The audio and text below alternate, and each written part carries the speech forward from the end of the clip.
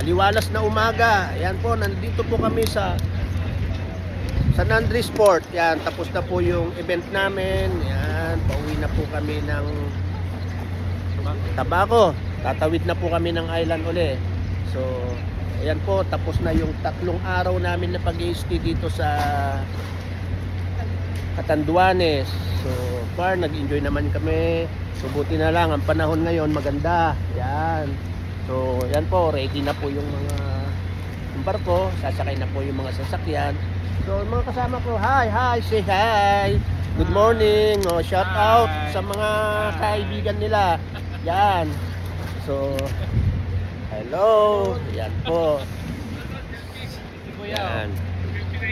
So, yan na po guys. So, tatawid na po kami, sasakay na po kami. So, siguro mga 4 na oras ulit biyahe. So, nandun na kami sa Tabaco. So, kita-kita ulit tayo sa mga followers ko.